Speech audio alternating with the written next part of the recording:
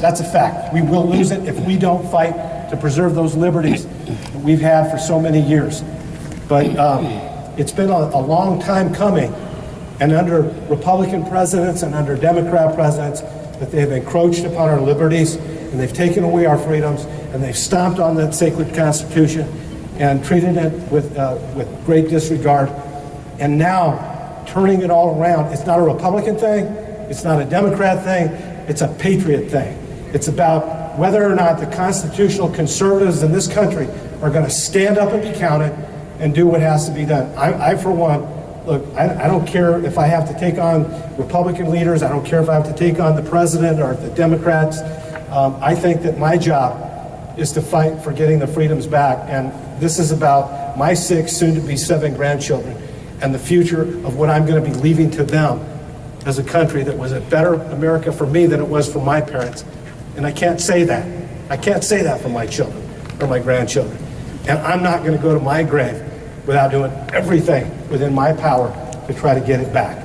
And so, that having been said, I'm going to hand it back to you. Now I want to give it right back to you, because you talked about a lot of the issues that are going on in America today, some of the issues that you're facing in Washington, D.C., and we can see those issues really thread themselves throughout the system, to the state, to the local level, all the way down to dog catcher, if you will. You have individuals in government that simply don't understand the rule book, if you will. What do you see as being a necessary ingredient for success from the perspective of the grassroots? What must the grassroots organizations do to really have an impact in restoring this nation back to its original foundation, and that is more freedom and less government? Take care of your neighborhoods and your turf and your churches, and to make sure that they're educated. And when people say stupid things that you don't agree with, stand up and be counted. Stand up and say what's really right. Because so many times we let the minority of people, I don't mean the minority, individuals, races, I'm talking about the minority of opinion. We let the minority of opinion in this country control the agenda, because we sit silently by, and because Hollywood and the media popularize the notion, we're afraid to get up and counter that, because, wow, what I might be saying is politically incorrect. Well, folks, it's time to stand up and be counted, and I think that we have to do that in every neighborhood across America. And all you can be responsible for ultimately is your neighborhood and your corner of the earth, to make sure that when things are said, like when people say, well, yeah, the federal government has to do more for education, I want you to ask them, you show me where in the Constitution does it say that the federal government is responsible for education? When they talk about welfare, as it stands now, not the general welfare clause in the Constitution, but when we talk about the giveaways that are going on in this country, giving people something for nothing, you'd show me in the Constitution where it says that we're authorized as the government to do that. You show me where we're authorized to have a Department of Commerce, a Department of Energy, a Department of Homeland Security. You show me in the 30 enumerated powers where it's spelled out, because I got a newsflash for you folks. If it's not spelled out in the Constitution, it is not the role of the federal government. Everything else is the role of the states and the people. Wow. How do I add to that? Just to add to that, Matt, I think that if we could capture the problem in America today, I think it's very simple. America then, give me liberty. America today, just give me. That's really what it's come down to. We live in a culture that really has looked to politicians that will give them something for free.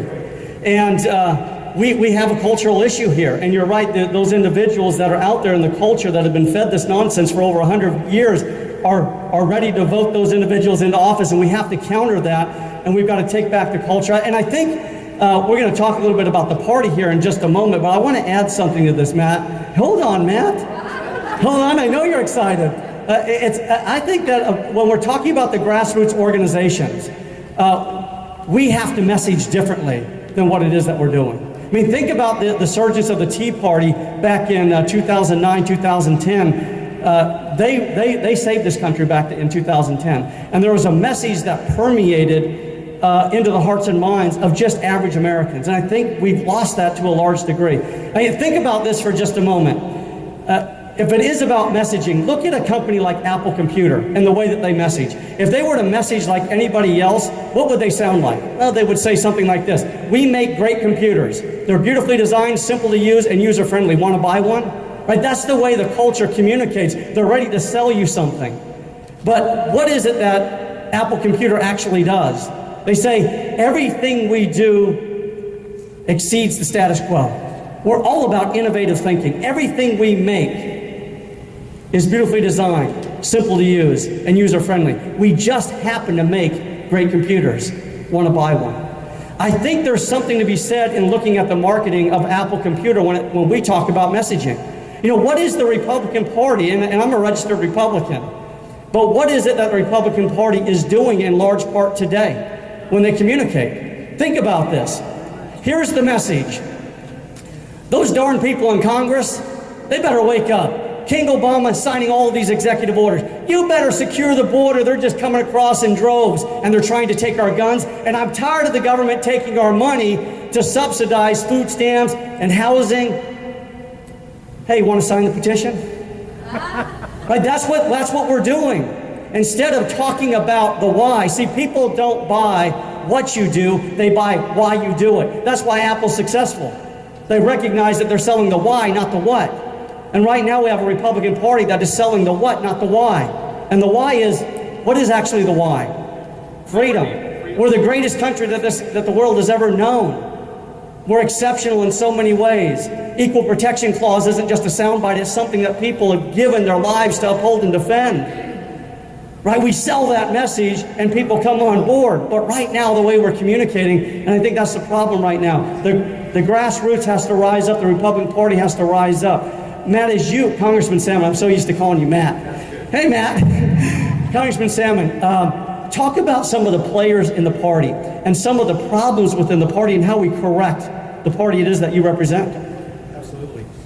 I think, though, before I say that, I didn't want to lose a thought. I think that in the old days, and to an extent these days, when you run for Congress, like I run for Congress, you're asked over and over and over in these kind of forums, what are you going to bring back home? I think the question should be, what are you going to cut out of Washington? Not what are you going to bring back home?